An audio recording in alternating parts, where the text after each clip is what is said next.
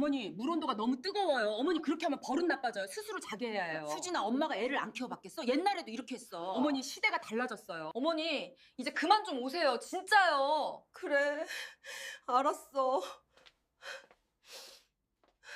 저는 올해 72살 평범한 시어머니입니다. 특별할 것 없는 인생을 살았습니다.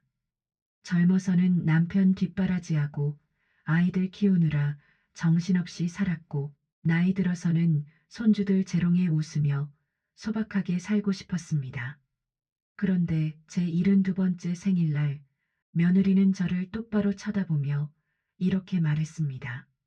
어머니, 이제 그만 좀 오세요. 진짜요. 그 말을 듣는 순간 저는 숨이 멎는 것 같았습니다. 머릿속이 하얘졌습니다. 귀가 멍멍해지면서 며느리 얼굴이 흐릿하게 보였습니다. 분명 한국말인데 무슨 뜻인지 이해가 안 됐습니다. 그만 오라고? 내가 왜? 내가 뭘 잘못했다고? 평생 아들만 바라보고 살았습니다. 그 아들 잘 되라고 허리 휘어지게 일했고, 며느리한테도 잘하려고 노력했고, 손주들한테는 온 정성을 다했습니다. 그런데 돌아온 건 이 한마디였습니다. 오늘은 그날 이야기를 처음부터 끝까지 해보려고 합니다. 어쩌다 저와 며느리 사이가 이 지경이 됐는지, 무엇이 잘못됐는지, 그리고 그 뒤에 어떤 일이 있었는지. 혹시 이 영상을 보시는 분 중에 저와 비슷한 상황인 분이 계실지도 모르겠습니다. 며느리 때문에 밤마다 잠 못 이루시는 분, 아들한테 서운해서 가슴이 먹먹한 분, 손주 보고 싶은데 눈치가 보여서 전화도 못 하시는 분, 오늘 제 이야기가 조금이나마 위로가 됐으면 좋겠습니다. 최소한 나만 이런 게 아니구나 하는 마음이라도 드셨으면 합니다. 영상이 길어서 듣다 보면 끊길 수도 있어요. 그러니까 지금 구독이랑 좋아요 한 번만 눌러주시고 알림 설정까지 해주시면 다음 이야기도 놓치지 않으실 거예요. 부탁드립니다.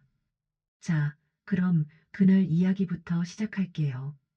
제 72번째 생일 아침이었습니다. 눈을 떴는데 집이 너무 조용했습니다. 남편은 5년 전에 먼저 세상을 떠났고, 딸은 결혼해서 미국에 살고 있습니다. 시차 때문에 연락도 자주 못합니다. 아들이 있지만 결혼하고 나서는 명절 아니면 얼굴 보기가 힘들어졌습니다. 아침에 일어나서 혼자 밥을 먹었습니다. 미역국을 끓였습니다. 생일이니까요. 그런데 혼자 앉아서 미역국 먹으니까 서글펐습니다.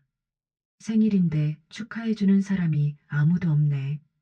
예전에는 남편이 아침마다 여보, 생일 축하해 하고 케이크를 사다 줬습니다. 아이들이 어렸을 때는 삐뚤빼뚤한 글씨로 카드도 만들어줬습니다. 그때는 몰랐습니다. 그게 얼마나 행복한 시간이었는지. 밥을 먹다가 생각했습니다. 아들 얼굴이라도 보고 싶다. 사실 며칠 전에 아들한테 전화했었습니다. 이번 주 토요일이 엄마 생일인데 저녁에 얼굴 좀 볼까? 아, 엄마 생일이지. 근데 토요일은 수진이가 약속이 있어서 다음에 보자. 그래, 알았어. 서운했습니다. 1년에 한 번 있는 생일인데. 하지만 아들도 바쁘겠지, 며느리도 자기 생활이 있겠지 싶어서 이해하려고 했습니다. 그런데 생일 아침에 혼자 미역국을 먹으니까 자꾸 아들 생각이 났습니다. 그래, 내가 가면 되지. 가서 얼굴만 보고 오면 되지. 저는 장을 보러 나갔습니다. 아들이 어렸을 때부터 좋아하던 잡채 재료를 샀습니다. 당면, 시금치, 당근, 목이버섯, 소고기. 하나하나 신선한 것으로 골랐습니다. 집에 와서 3시간 동안 정성껏 잡채를 만들었습니다. 당면은 꼬들꼬들하게 삶고 채소는 하나하나 따로 볶았습니다. 간장 양념도 아들 입맛에 맞게 살짝 달달하게 했습니다. 완성된 잡채를 반찬통에 담으면서 생각했습니다. 우리 아들, 이거 보면 좋아하겠지. 반찬통을 비닐봉지에 넣고 버스를 타고 아들 집으로 갔습니다. 아들 집은 버스로 40분 거리에 있습니다. 멀지 않은데 요즘은 가기가 조심스럽습니다. 미리 연락하고 오라고 했으니까요. 그날은 연락을 안 했습니다. 생일이니까 깜짝 방문하면 좋아하지 않을까 싶었습니다. 지금 생각하면 그게 실수였습니다. 아들 집 아파트 앞에 도착했습니다. 엘리베이터를 타고 12층으로 올라갔습니다. 현관문 앞에 서니까 심장이 두근거렸습니다. 손주들 목소리 들으면 좋겠다. 초인종을 눌렀습니다. 잠시 후 문이 열렸습니다. 며느리였습니다. 며느리는 저를 보더니 표정이 굳었습니다. 반갑다는 말도 어서 오세요도 없었습니다. 한숨을 한 번 쉬더니 말했습니다. 어머니 오실 때 연락 좀 하시지. 아, 그래. 미안해. 생일이라 얼굴 좀 보려고. 제 말이 끝나기도 전에 며느리가 말했습니다. 어머니, 이제 그만 좀 오세요. 진짜요? 저는 멍해졌습니다. 뭐라고? 그만 오라고? 무슨 소리야? 어머니, 저희도 주말에 쉬고 싶을 때가 있어요. 연락도 없이 갑자기 오시면 솔직히 부담스러워요. 저는 아무 말도 못했습니다. 손에 들린 잡채 반찬통이 천근만근처럼 무거웠습니다. 그때 아들이 나왔습니다. 거실에서 TV 보고 있었나 봅니다. 엄마 왔어? 왜 또 그냥 와? 또라는 말이 가슴에 박혔습니다. 그냥 생일이라 얼굴 좀 보려고. 이거 내가 좋아하는 잡채 만들어 왔어.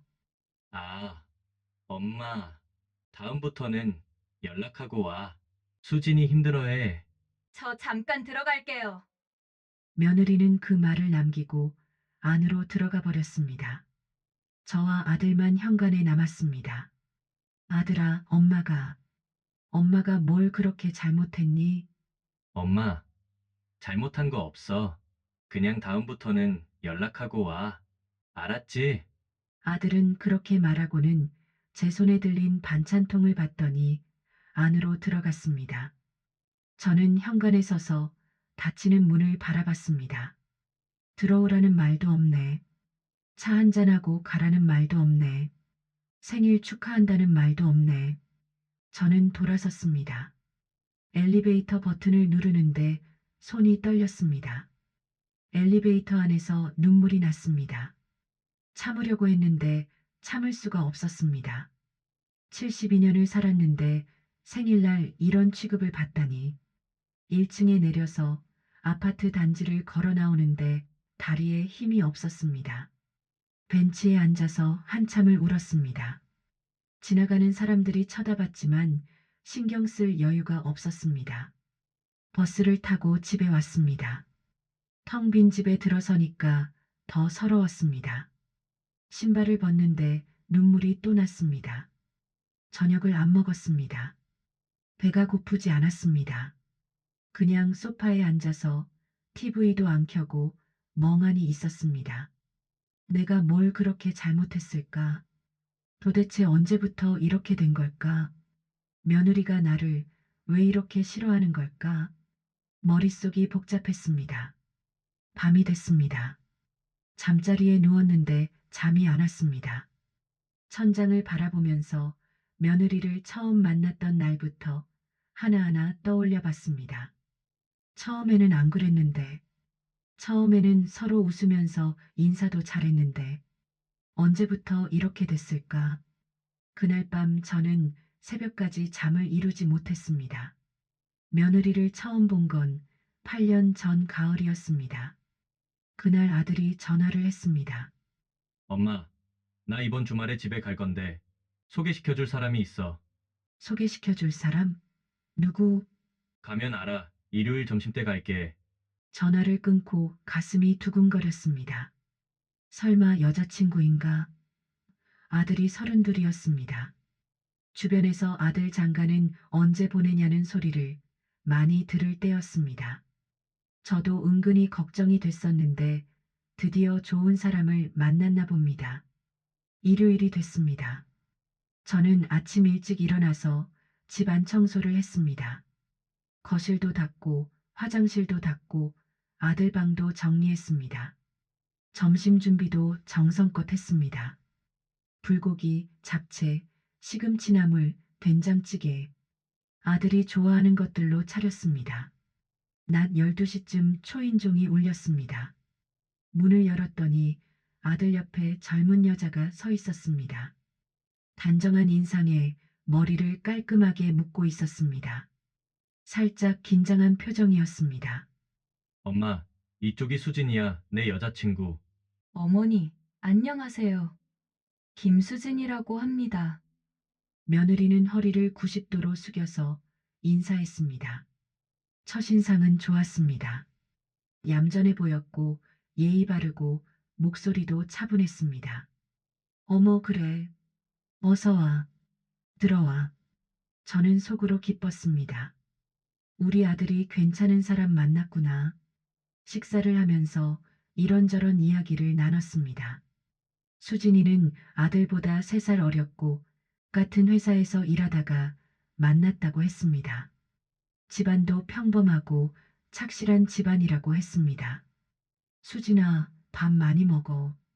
요즘 젊은 애들은 너무 안 먹어서 걱정이야. 네, 어머니. 맛있게 먹을게요. 수진이는 밥도 잘 먹고 반찬도 맛있다고 했습니다. 저는 흐뭇했습니다. 식사 후에 아들이 말했습니다. 엄마, 나 수진이랑 결혼하려고. 그래, 진짜? 응, 수진이 부모님도 좋다고 하셨어. 저는 너무 기뻐서 수진이 손을 잡았습니다. 수진아, 잘 부탁해. 우리 아들 좀 챙겨줘. 네, 어머니. 잘 부탁드려요. 그때는 정말 행복했습니다. 아들이 좋은 사람 만나서 결혼한다니. 이보다 더 좋은 일이 어디 있겠습니까? 결혼 준비가 시작됐습니다. 저는 이것저것 도와주고 싶었습니다. 제가 경험이 있으니까 도움이 될 거라고 생각했습니다.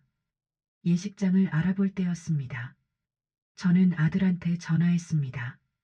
아들아, 예식장 어디로 할 거야? 엄마가 알아봐 줄까? 아, 엄마, 우리가 알아볼게. 수진이랑 같이 보러 다니기로 했어.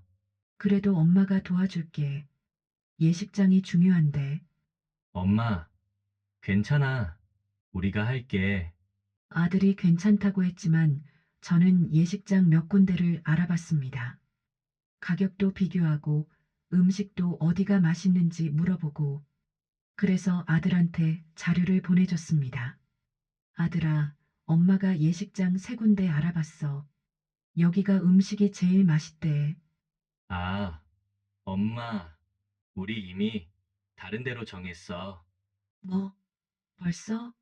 엄마한테 말도 안 하고? 수진이랑 둘이 보러 다니다가 마음에 드는 데가 있어서. 저는 좀 서운했습니다. 그래도 요즘은 다 알아서 하나보다 하고 넘겼습니다. 혼수 준비할 때도 비슷했습니다. 수진아, 혼수 뭐가 필요해? 엄마가 도와줄게. 어머니, 괜찮아요. 저희가 알아서 할게요. 그래도 내가 경험이 있으니까. 이불은 어디 거가 좋고 그릇은 어디 거가 튼튼하고. 네, 감사해요. 참고할게요. 수진이는 참고할게요라고 했지만 나중에 보니까 제가 추천한 건 하나도 안 샀습니다. 다 자기들 마음대로 샀습니다. 솔직히 좀 섭섭했습니다. 내가 도와주겠다는데 왜 거절하지? 싶었습니다. 그때는 몰랐습니다. 수진이 입장에서는 그게 부담이었다는 걸. 아직 결혼도 안 했는데 시어머니가 이것저것 참견하면 앞으로가 걱정됐겠지요. 지금 생각하면 이해가 됩니다. 하지만 그때는 그냥 요즘 젊은 애들은 어른 말을 안 듣는다 정도로만 생각했습니다. 결혼식은 잘 치렀습니다. 수진이가 웨딩드레스를 입고 들어올 때 저는 눈물이 났습니다. 우리 아들이 어른이 됐구나. 이제 한 가정의 가장이 됐구나. 감격스러웠습니다. 식이 끝나고 수진이가 저한테 와서 큰절을 했습니다. 어머니, 앞으로 잘 부탁드려요. 그래, 수진아. 우리 잘 지내보자. 저는 진심으로 수진이를 예쁘게 봤습니다. 우리 아들을 좋아하는 사람이니까 앞으로 잘 지내고 싶었습니다. 신혼여행을 다녀온 뒤 아이들은 전셋집을 얻어서 따로 나갔습니다. 저는 처음에 좀 아쉬웠습니다. 같이 살면 안 되겠니? 집도 넓은데. 엄마, 요즘은 다 따로 살아. 우리도 우리 생활이 있고. 그래, 알았어. 따로 사는 게 요즘 추세라고 하니까 이해하려고 했습니다. 대신 자주 가서 도와줘야겠다고 생각했습니다. 신혼인데 살림이 서툴 테니까요. 결혼 첫 해 추석이 됐습니다. 수진이가 처음으로 시댁에 와서 명절을 보내는 거였습니다. 저는 며칠 전부터 준비했습니다. 집 안 청소하고 장도 보고 손님 맞이 준비를 했습니다. 추석 당일 아침 아들 부부가 왔습니다. 어머니, 안녕하세요.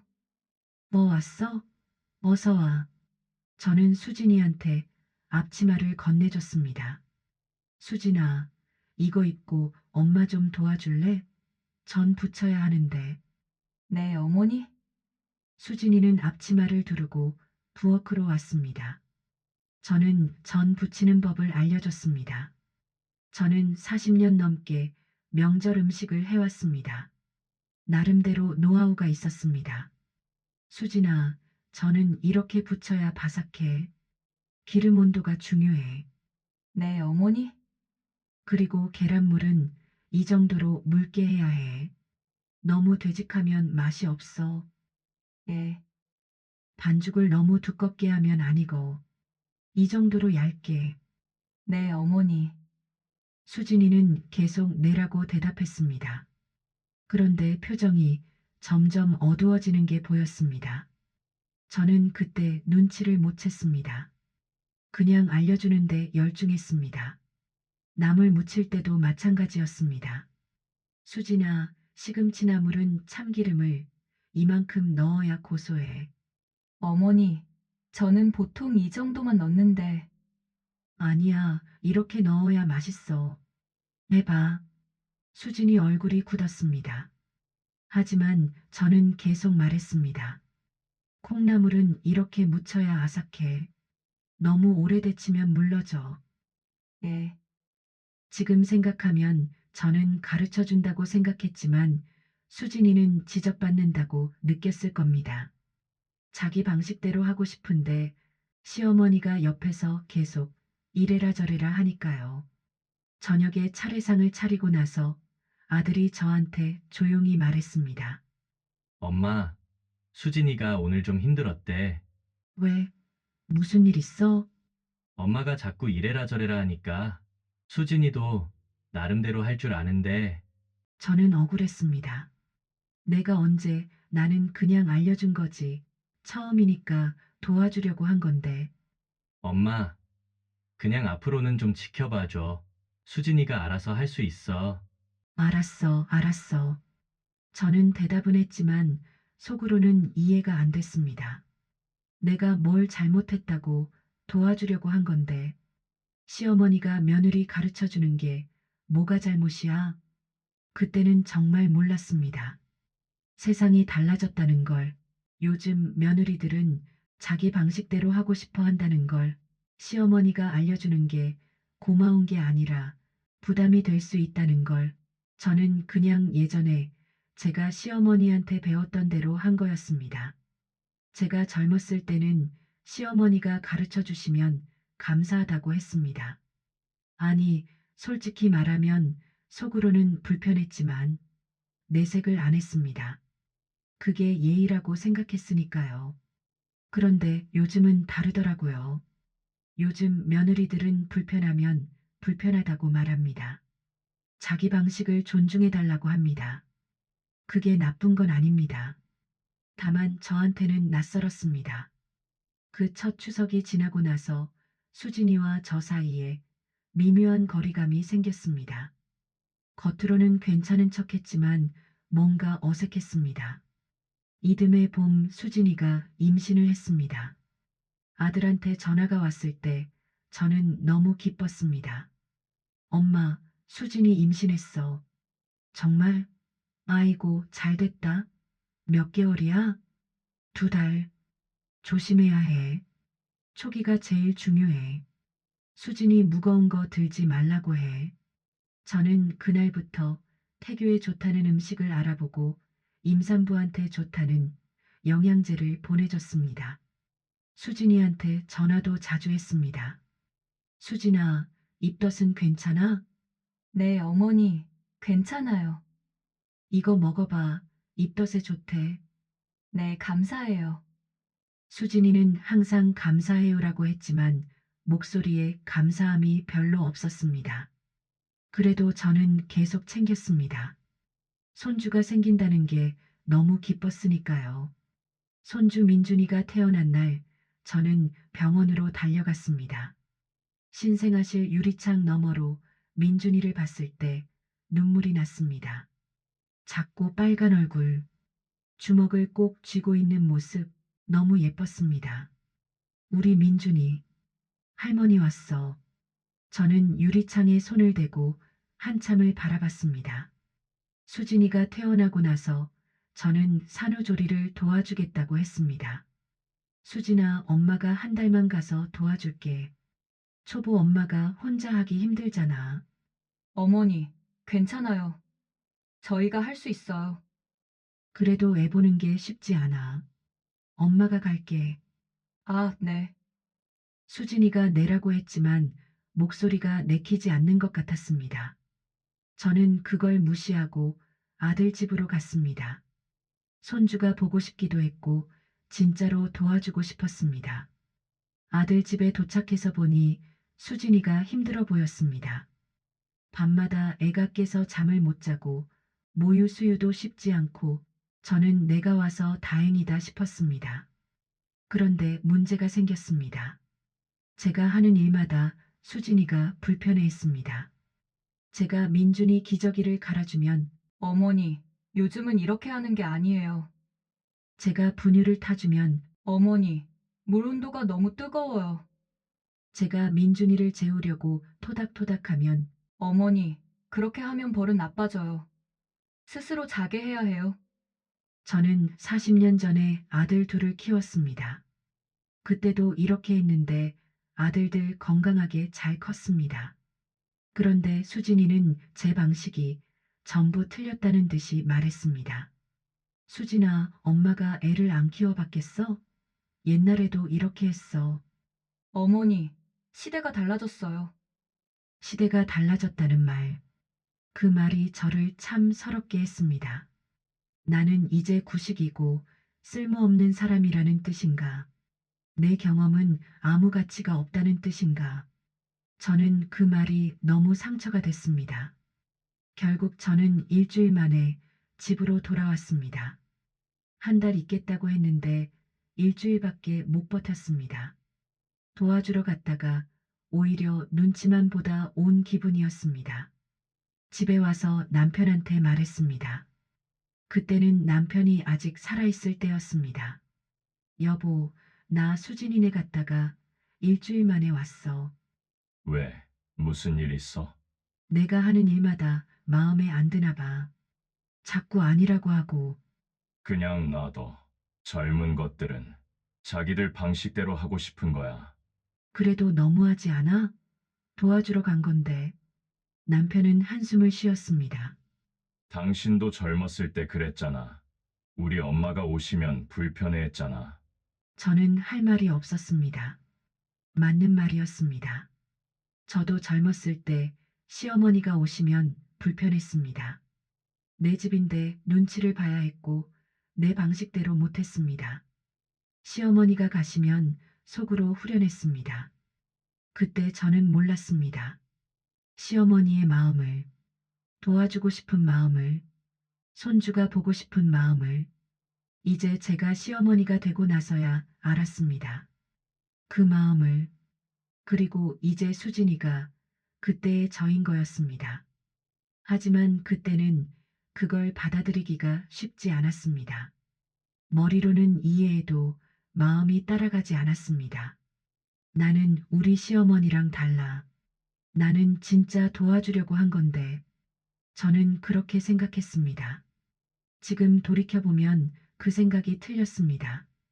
도와주려는 마음은 진심이었지만 방법이 틀렸습니다. 수진이가 원하는 방식으로 도와준 게 아니라 제가 하고 싶은 방식으로 도와준 거였습니다. 그게 수진이한테는 도움이 아니라 간섭이었습니다. 그걸 깨달은 건 훨씬 나중의 일이었습니다. 민준이가 태어나고 시간이 흘렀습니다. 저와 수진이 사이는 겉으로는 괜찮아 보였습니다. 명절에 만나면 인사하고 손주 생일에 선물 보내주고 가끔 전화도 했습니다. 하지만 속으로는 서로 조심하고 있었습니다. 말 한마디 잘못하면 분위기가 싸해질 것 같아서 둘 다 적당히 거리를 뒀습니다. 그래도 저는 손주가 보고 싶었습니다. 민준이가 걸음마를 시작했을 때, 옹알이를 시작했을 때, 저는 보고 싶어서 안달이 났습니다. 하지만 연락 없이 가면 안 된다고 했으니까 꾹 참고 전화만 했습니다. 수진아, 민준이 잘 있어? 네, 어머니, 잘 있어요. 사진 좀 보내줘. 보고 싶어서. 네, 보내드릴게요. 수진이는 가끔 사진을 보내줬습니다. 민준이가 웃는 사진, 이유식 먹는 사진, 잠자는 사진. 저는 그 사진들을 몇 번이고 다시 봤습니다. 직접 보고 싶은데 사진으로밖에 못 보니까 서러웠습니다. 민준이가 5살이 됐을 때였습니다. 어느 날 아들 집에 갔습니다. 미리 연락하고 간 날이었습니다. 현관문을 열고 들어갔더니 민준이가 거실 소파에 누워서 패드로 유튜브를 보고 있었습니다. 민준아, 할머니 왔어. 할머니, 민준이는 고개도 안 들고 패드만 봤습니다. 저는 좀 서운했지만 아이니까 그러려니 했습니다. 수진이가 부엌에서 나왔습니다. 어머니, 오셨어요? 응? 민준이가 유튜브 보고 있네. 네, 제가 밥 준비하는 동안 보여주고 있어요. 저는 민준이 옆에 앉았습니다. 화면을 보니까 무슨 게임 영상 같은 게 나오고 있었습니다. 시끄러운 소리에 번쩍번쩍 화면이 바뀌었습니다. 민준아, 이거 얼마나 본 거야? 몰라. 수진이한테 물었습니다. 수진아, 민준이가 이거 얼마나 봤어? 2시간쯤 됐나?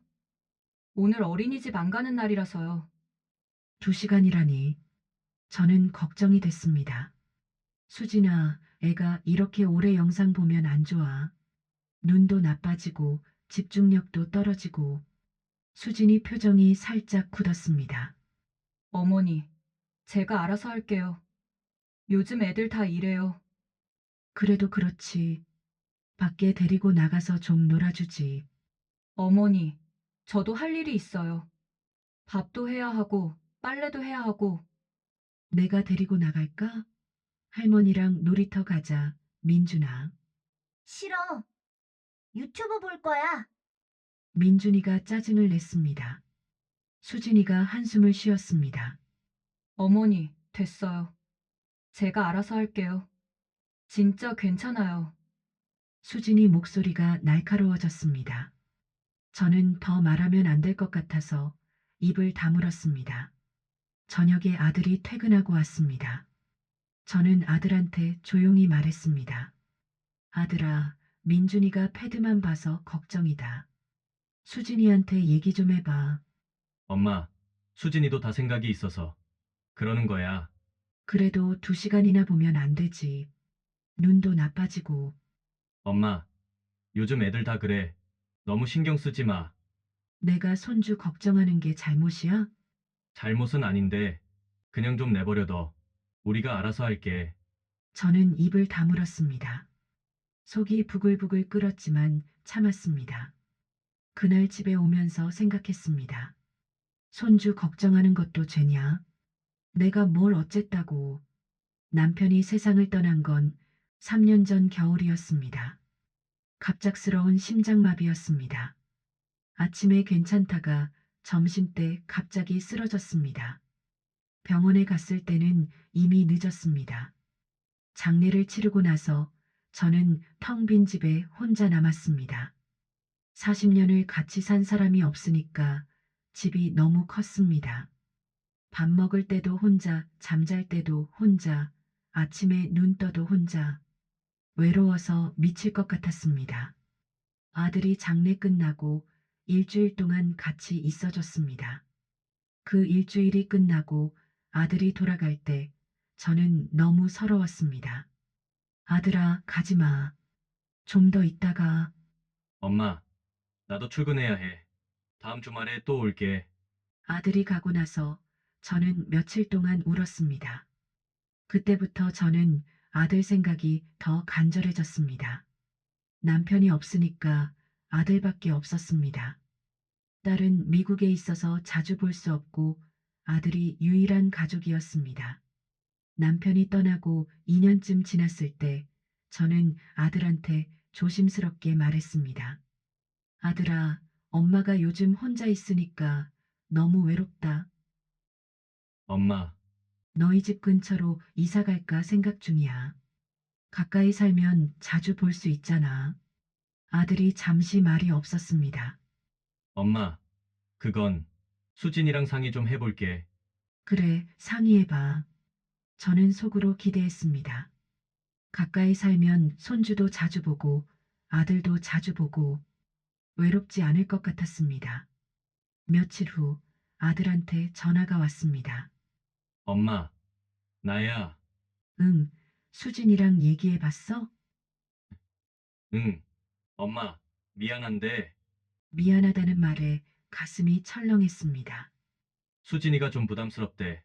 가까이 살면 어머니가 자주 오실 것 같고 우리도 우리 생활이 있으니까. 저는 전화기를 들고 한참을 말을 못했습니다. 그래, 알았어. 엄마, 미안해. 우리가 자주 갈게. 응, 알았어. 끊자. 전화를 끊고 나서 저는 펑펑 울었습니다. 내가 그렇게 부담이 되나? 내가 뭘 그렇게 잘못했다고? 가까이 살겠다는 게 그렇게 싫은 일인가? 남편 없이 혼자 사는 게 얼마나 외로운데? 아들 가까이에서 살고 싶다는 게 그렇게 큰 욕심인가? 그날 밤 저는 잠을 못 잤습니다. 자꾸 서러운 생각이 났습니다. 시어머니가 가까이 오면 부담된다고? 그럼 나는 어떻게 살라고? 평생 아들 키우느라 고생했는데 이제 와서 이런 취급을 받아야 하나? 저는 수진이가 원망스러웠습니다. 아들도 원망스러웠습니다. 왜 내 편을 안 들어주는지, 왜 며느리 말만 듣는지. 하지만 지금 생각해보면 수진이 입장도 이해가 됩니다. 시어머니가 가까이 살면 부담되는 게 사실이니까요. 저도 젊었을 때 시어머니가 가까이 사셨는데 솔직히 불편했습니다. 밥 먹을 때마다 오시고 청소 상태 확인하시고 숨이 막혔습니다. 수진이도 그랬겠지요. 시어머니가 가까이 오면 자유가 없어질 것 같았겠지요. 그걸 알면서도 그때는 너무 서러웠습니다. 작년 설날이었습니다. 저는 아들 집에 가서 명절을 보내기로 했습니다. 혼자 설 쇠는 것도 서럽고 손주들 얼굴이라도 보고 싶었습니다. 설날 아침 저는 일찍 일어나서 준비했습니다. 아들이 좋아하는 잡채를 만들어 가려고 했습니다. 새벽 5시에 일어나서 재료 손질하고 정성껏 만들었습니다. 아침 9시쯤 아들 집에 도착했습니다. 어머니, 오셨어요? 응, 왔어. 이거 잡채 만들어 왔어. 저는 반찬통을 건넸습니다. 수진이가 봤더니 부엌으로 가져갔습니다. 거실에 들어가니까 수진이가 이미 음식을 다 차려놓았습니다. 전, 나물, 갈비찜, 떡국, 푸짐하게 준비돼 있었습니다. 어머, 벌써 다 했네. 내가 도와주려고 했는데 네. 어제 미리 해놨어요.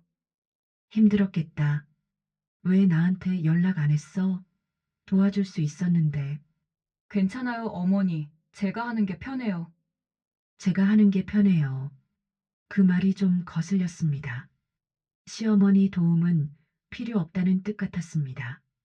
하지만 저는 참았습니다. 명절인데 기분 나쁘게 하고 싶지 않았습니다. 점심때 온 가족이 모여서 밥을 먹었습니다.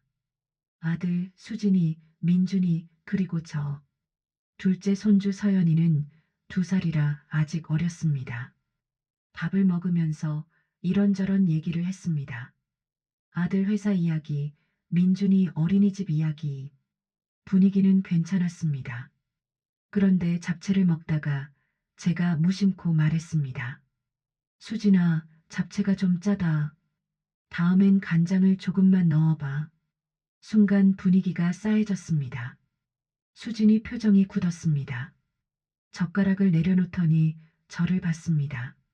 어머니, 저도 나름 레시피 보고 한 건데요. 아니, 그냥 다음엔 참고하라고. 짜면 몸에 안 좋잖아. 어머니는 맨날 그러세요. 뭘 맨날 그래? 뭘 해도 지적이잖아요. 전 이렇게 부쳐라. 나물은 저렇게 무쳐라. 잡채는 짜다. 제가 뭘 해도 마음에 안 드시잖아요. 저는 억울했습니다. 내가 언제 지적을 해? 나는 그냥 알려준 거지. 알려주는 것도 정도가 있죠. 매번 이래라 저래라 하시면 저도 힘들어요. 아들이 끼어들었습니다. 둘 다 그만해요. 명절인데. 내가 뭘 어쨌다고. 잡채가 짜다고 한 게 그렇게 잘못이야? 어머니, 저도 감정이 있어요. 어머니 기준에 맞춰서 살 수는 없어요. 저는 화가 났습니다. 내가 언제 내 기준에 맞추라고 했어? 나는 그냥 도와주려고 한 건데. 도와주시는 건 고맙죠.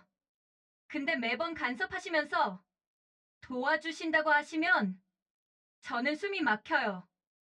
간섭이라는 말에 가슴이 쿵 했습니다. 간섭? 내가 간섭을 해? 시어머니가 며느리 걱정해 주는 게 간섭이야? 어머니, 엄마, 그만해. 수진이도 힘들어서 그래. 아들이 수진이 편을 들었습니다. 저는 너무 서러웠습니다. 너는 왜 맨날 수진이 편이야? 엄마 말은 안 들리냐? 엄마 말 안 듣는 거 아니야. 그냥 둘 다 좀 그만해요. 진짜 지쳐요.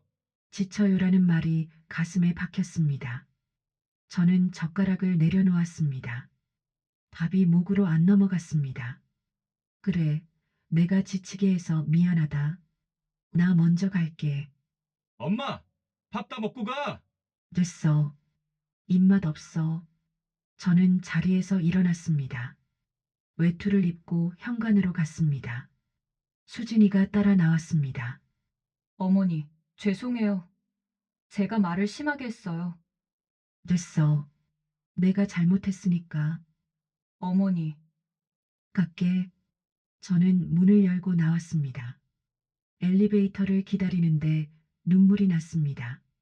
명절날 이게 뭐 하는 짓인가? 내가 왜 이런 취급을 받아야 하나? 집에 와서 혼자 울었습니다. 밥도 안 먹고 울었습니다. 그 뒤로 몇 달 동안 저는 아들 집에 안 갔습니다. 연락도 최소한으로만 했습니다. 전화하면 또 무슨 말이 나올까봐 무서웠습니다. 그러다가 제 생일이 됐습니다. 72번째 생일.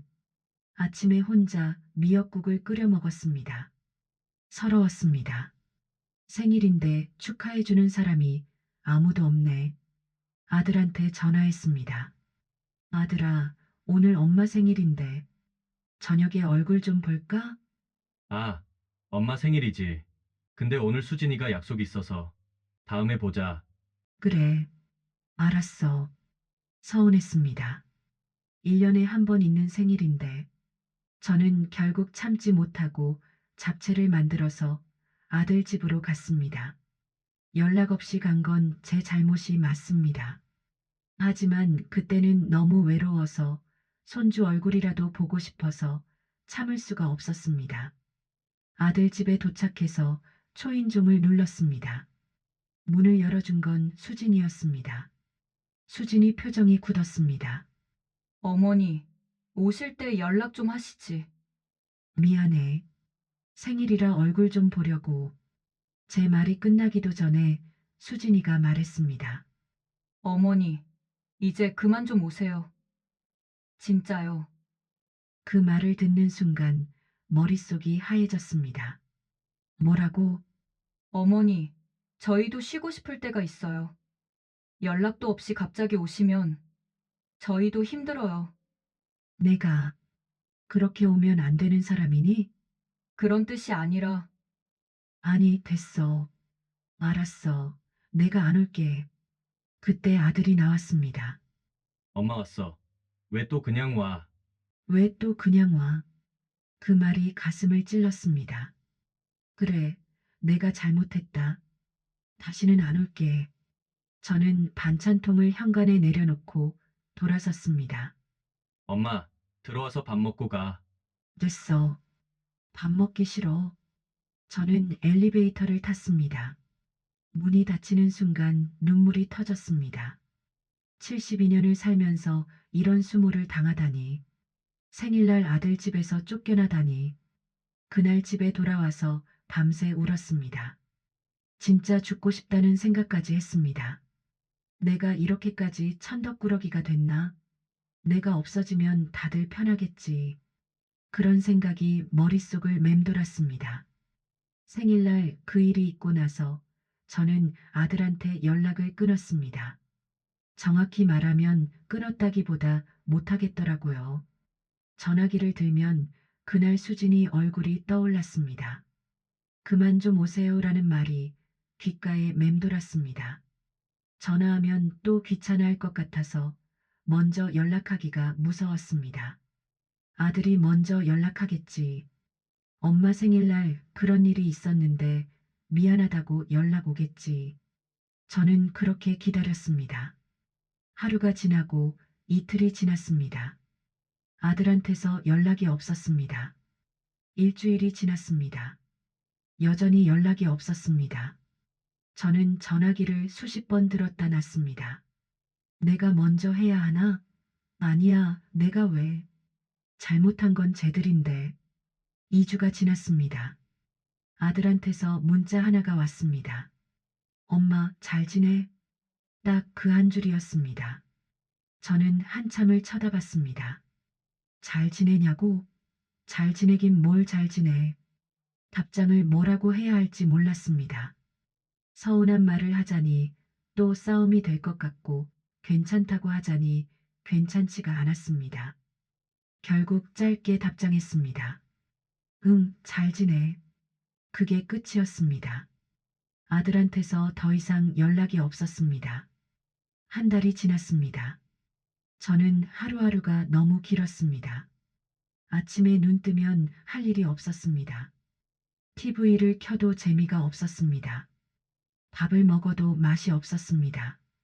예전에는 손주 생각하면서 하루를 버텼습니다. 다음에 민준이 보면 이거 해줘야지, 저거 사줘야지. 그런 생각이 낙이었습니다. 그런데 이제는 그것도 없었습니다. 손주를 언제 볼 수 있을지 모르니까요. 어느 날은 하루 종일 아무것도 안 하고 소파에 앉아 있었습니다. 해가 뜨고 지는 걸 그냥 바라봤습니다. 내가 왜 사나 싶었습니다. 밤에는 더 힘들었습니다. 잠이 안 왔습니다. 눈을 감으면 남편 생각, 아들 생각, 수진이한테 들은 말이 머릿속을 맴돌았습니다. 남편도 없고 아들한테도 버림받고 나는 뭐하러 사나? 그냥 죽어버릴까? 그런 생각이 자꾸 들었습니다. 무섭더라고요. 제가 그런 생각을 한다는 게 한 달 반쯤 지났을 때 아들한테서 전화가 왔습니다. 벨소리가 울리는 걸 보고 심장이 쿵쾅거렸습니다. 손이 떨려서 전화를 받는데 시간이 걸렸습니다. 엄마, 나야, 응, 잘 지내? 그래, 잘 지내. 밥은 잘 먹고? 응. 어색한 침묵이 흘렀습니다. 엄마, 그때 일은 미안해. 수진이도 미안하대. 말이 좀 심했다고. 저는 아무 말도 안 했습니다. 뭐라고 해야 할지 몰랐습니다. 엄마, 화났어? 화난 거 아니야. 그럼 왜 말을 안 해?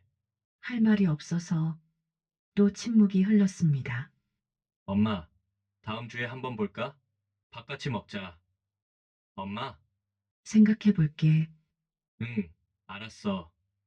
연락해. 전화를 끊고 나서 한참을 멍하니 앉아 있었습니다. 아들이 미안하다고 했습니다. 밥 먹자고 했습니다.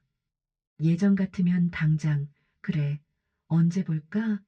했을 겁니다. 그런데 이번에는 그 말이 안 나왔습니다. 만나면 뭐가 달라지나? 또 같은 일이 반복되는 거 아닌가? 저는 두려웠습니다. 며칠 후 오래 알고 지내던 동네 친구 영숙이를 만났습니다. 영숙이는 저보다 2살 많은 74살입니다. 같은 아파트 단지에 살면서 30년 넘게 알고 지냈습니다. 영숙이도 며느리 때문에 고생을 많이 했습니다. 한때는 아들이랑 연락을 끊고 살기도 했습니다. 동네 슈퍼 앞에서 우연히 마주쳤습니다. 어머, 순자야, 오랜만이다. 언니, 안녕하세요. 너 왜 이렇게 안 좋아 보여? 무슨 일 있어? 저는 괜찮다고 하려다가 그만 울음이 터졌습니다. 슈퍼 앞에서 갑자기 우니까 사람들이 쳐다봤습니다. 영숙이가 저를 데리고 근처 공원 벤치로 갔습니다. 순자야, 왜 그래? 무슨 일이야? 저는 그동안 있었던 일을 다 털어놓았습니다. 생일날 며느리한테 들은 말, 아들이 연락도 안 한 것, 1달 반 동안 혼자 지낸 것, 말하면서 계속 울었습니다. 영숙이는 다 듣고 나서 한숨을 쉬었습니다. 순자야, 나도 그랬어. 언니도요? 응. 나도 우리 며느리한테 비슷한 말 들었어. 몇 년 전에 영숙이가 자기 이야기를 해줬습니다. 며느리한테 어머니 오시면 힘들어요라는 말을 듣고 1년 넘게 아들이랑 연락을 끊고 살았다고 합니다. 너무 서럽고 화가 나서 차라리 안 보는 게 낫다고 생각했대요. 근데 그렇게 1년 살아보니까 더 힘들더라고. 아들 생각에 잠도 못 자고 손주 생각에 울고 내가 뭐하러 이러고 사나 싶었어. 그래서 어떻게 했어요? 내가 먼저 연락했어. 미안하다고. 앞으로는 내가 좀 거리를 두겠다고. 언니가 먼저요? 언니 잘못도 아닌데? 영숙이가 웃었습니다. 쓸쓸한 웃음이었습니다. 순자야, 우리 나이 되면 자존심 세워봤자 손해야. 내가 먼저 손 내밀지 않으면 영영 못 보는 거야. 저는 아무 말도 못했습니다. 그리고 내가 깨달은 게 있어. 뭔데요? 우리가 아무리 잘해줘도 걔네한테는 간섭이야.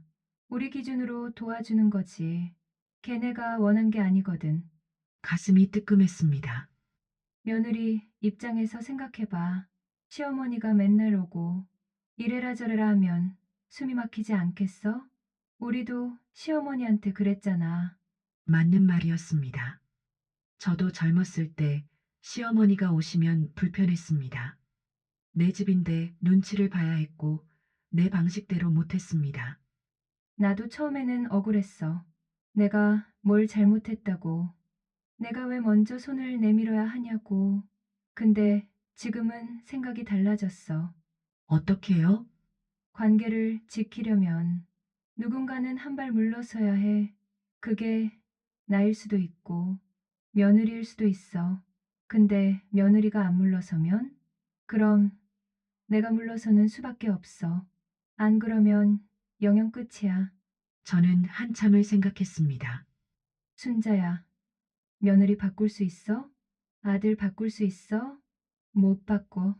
바꿀 수 있는 건 나밖에 없어. 그 말이 가슴에 꽂혔습니다. 완벽하게 화해 안 해도 돼. 그냥 적당히 거리 두고 서로 불편하지 않게 지내는 거야. 그게 현실이야. 저는 고개를 끄덕였습니다. 눈물이 또 났습니다. 그리고 중요한 거 하나. 아들한테 매달리지 마. 내 인생을 살아. 친구도 만나고, 하고 싶은 것도 하고, 아들만 바라보고 살면 서로 지쳐. 그날 밤 저는 오래 생각했습니다. 침대에 누워서 천장을 바라보며 영숙이 말을 곱씹었습니다. 내가 정말 도와주려고 한 건가 아니면 내가 필요한 존재로 남고 싶어서 그랬던 건가. 솔직해지니까 후자도 맞았습니다. 남편이 죽고 나서 저는 너무 외로웠습니다. 아들밖에 없었습니다.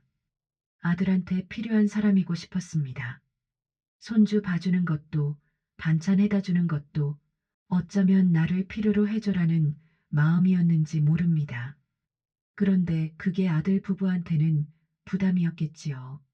며느리가 정말 나쁜 사람인가? 다시 생각해 봤습니다. 수진이는 나쁜 사람이 아닙니다. 아들을 사랑하고 손주들을 잘 키우고 나름대로 열심히 사는 사람입니다. 다만 시어머니한테 간섭받는 게 싫었던 거지요. 자기 방식대로 살고 싶었던 거지요. 그게 잘못은 아닙니다.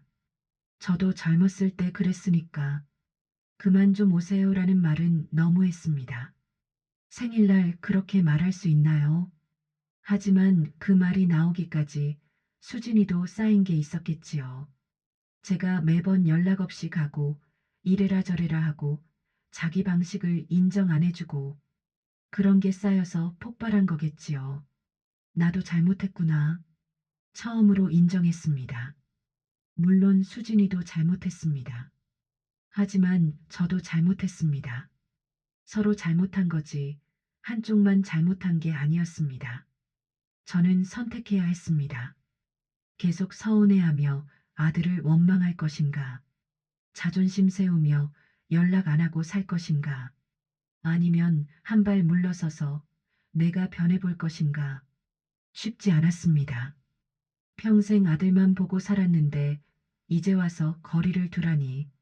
손주 자주 못 보고 아들 집에 맘대로 못 가고 그게 가능할까요? 하지만 영숙이 말이 맞았습니다. 관계를 지키려면 누군가는 물러서야 한다. 며느리가 안 물러서면 내가 물러서는 수밖에 없습니다. 안 그러면 영영 끝입니다. 저는 영영 끝나는 건 싫었습니다. 아들 얼굴 다시 못 보는 건 싫었습니다. 손주들 다시 못 보는 건 싫었습니다. 그래서 결심했습니다. 더 이상 매달리지 말자. 한 발 물러서자. 그리고 나도 내 삶을 살자. 결심을 하고 나서 저는 아들한테 먼저 전화했습니다. 전화기를 들기까지 30분이 걸렸습니다. 손이 떨렸습니다. 뭐라고 말해야 할지 머릿속으로 수십 번 연습했습니다. 신호음이 울렸습니다. 한 번, 두 번, 세 번. 여보세요? 엄마, 응, 나야. 엄마. 무슨 일이야? 괜찮아? 아들 목소리에 걱정이 묻어 있었습니다. 저는 괜히 눈물이 났습니다. 아들아, 엄마가 그동안 생각을 많이 했어. 응, 엄마. 엄마가 너희한테 너무 자주 갔나 봐. 엄마. 수진이도 힘들었을 거야.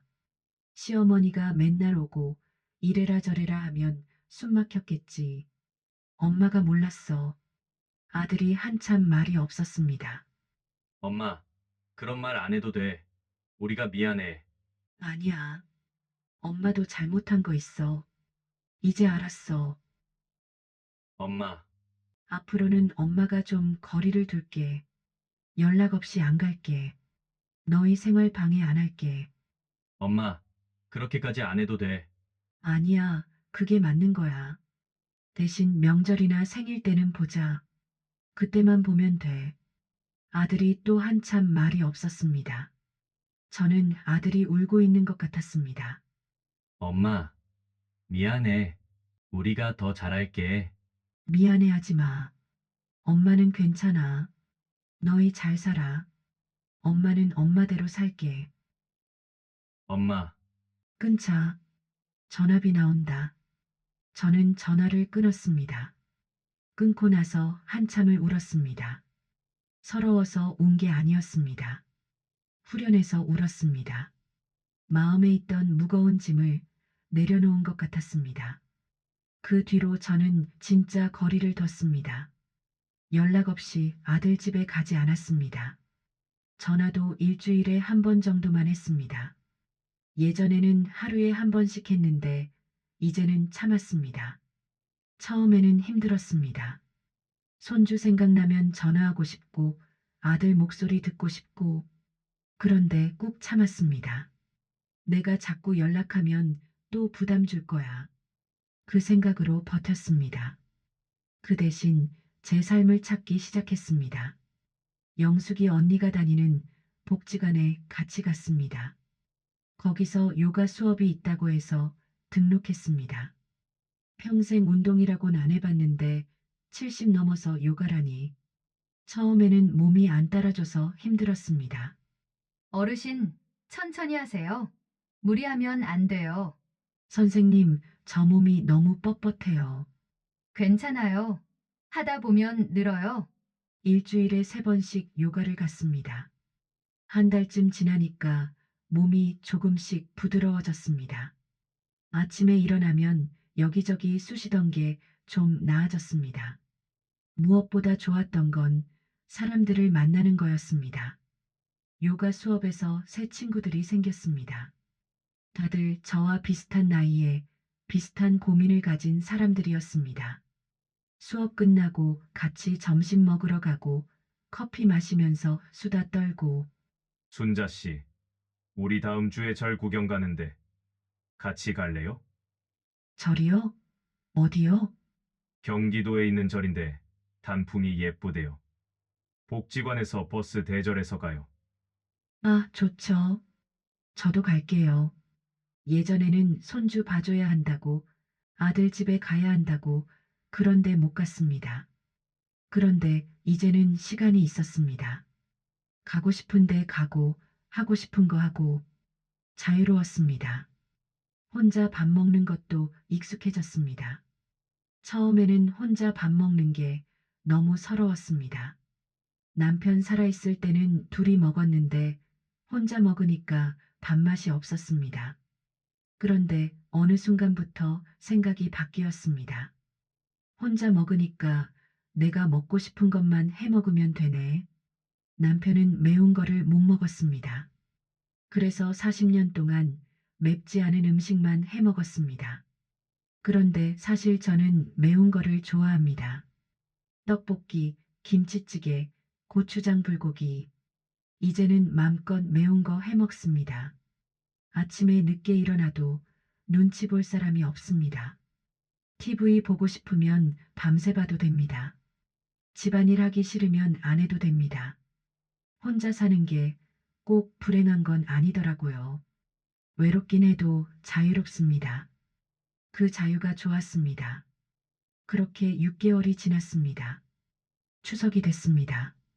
아들한테서 연락이 왔습니다. 엄마, 추석에 우리 집 올 거지? 그래도 되겠어? 당연하지.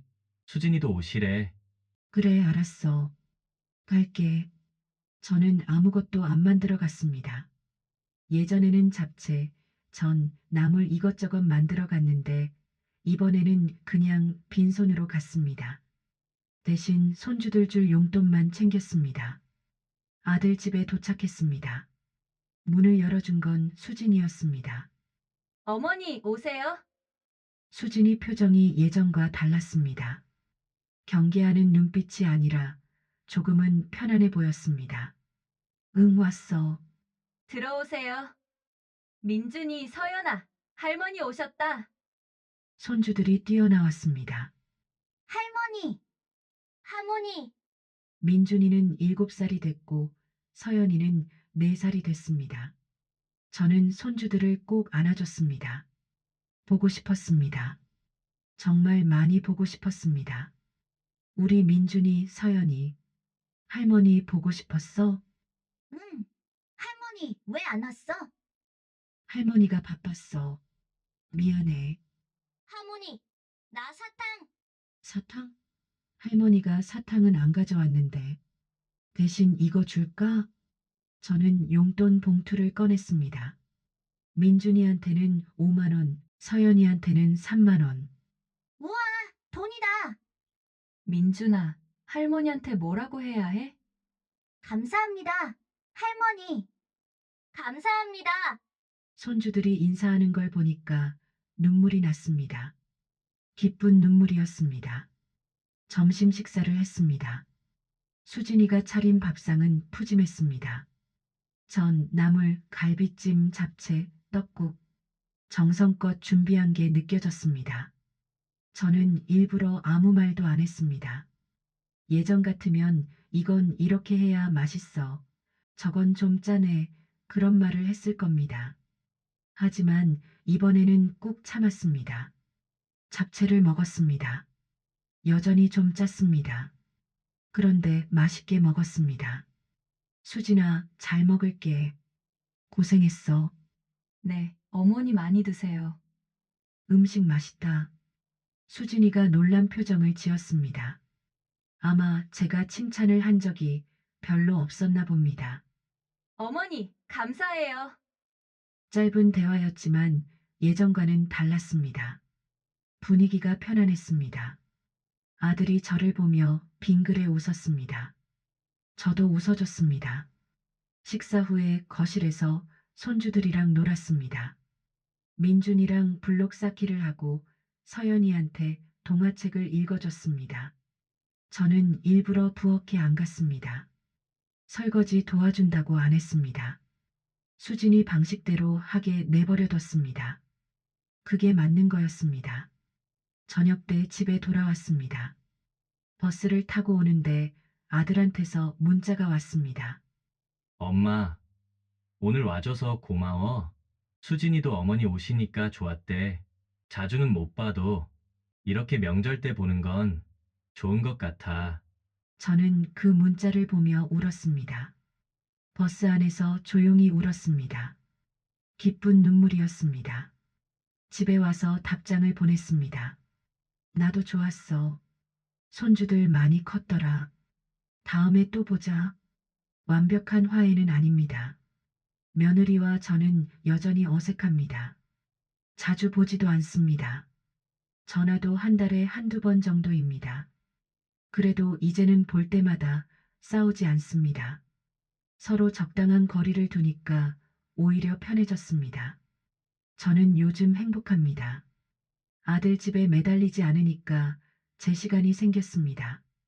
복지관에서 친구들 만나고 요가하고 가끔 여행도 갑니다. 지난달에는 복지관 친구들이랑 부산 여행을 다녀왔습니다. 바다가 예뻤습니다. 회도 먹고 사진도 찍고 70 넘어서 여행 다닐 줄 몰랐습니다. 가끔 손주들 영상 통화가 옵니다. 할머니, 나 오늘 태권도에서 상 받았어. 우리 민준이 잘했네. 할머니 보여줘. 짜잔. 민준이가 상장을 보여주면 저는 그렇게 기쁠 수가 없습니다. 며느리도 이제 가끔 먼저 연락합니다. 어머니 건강하세요? 날씨 추워졌는데 감기 조심하세요. 짧은 문자입니다. 하지만 예전에는 상상도 못할 일이었습니다. 제가 먼저 한 발 물러서니까 수진이도 마음을 연 것 같습니다. 혹시 화면 앞에 계신 분 중에도 며느리 때문에 밤마다 가슴이 쓰리신 분이 계신가요? 아들이 며느리 편만 들어서 서러운 분, 손주 보러 가고 싶어도 눈치가 보이는 분, 명절 때마다 싸우고 돌아와서 며칠씩 우시는 분. 저도 그랬습니다. 정말 죽고 싶을 만큼 힘들었습니다. 내가 왜 이런 취급을 받아야 하나? 내가 뭘 그렇게 잘못했나? 매일 밤 그 생각만 했습니다. 그런데 이제는 알았습니다. 내가 변하지 않으면 아무것도 변하지 않는다는 것을.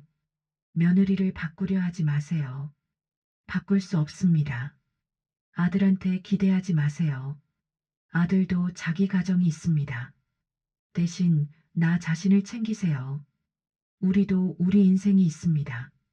아들 인생은 아들 거고 우리 인생은 우리 겁니다. 평생 자식한테 헌신했으니까 이제는 나를 위해 살아도 됩니다. 그래도 됩니다. 적당한 거리가 오히려 관계를 살립니다. 너무 가까우면 부딪히고 적당히 떨어져 있으면 그리워집니다. 오늘 제 이야기가 누군가에게 작은 위로가 됐으면 좋겠습니다. 비슷한 상황에 계신 분들 혼자가 아닙니다. 저도 그랬고 주변의 많은 분들이 그렇습니다. 우리만 겪는 일이 아닙니다. 힘내세요. 그리고 자신을 사랑하세요. 긴 이야기 끝까지 들어주셔서 진심으로 감사합니다. 여러분 모두 오늘 하루도 건강하시고 행복하세요. 고맙습니다.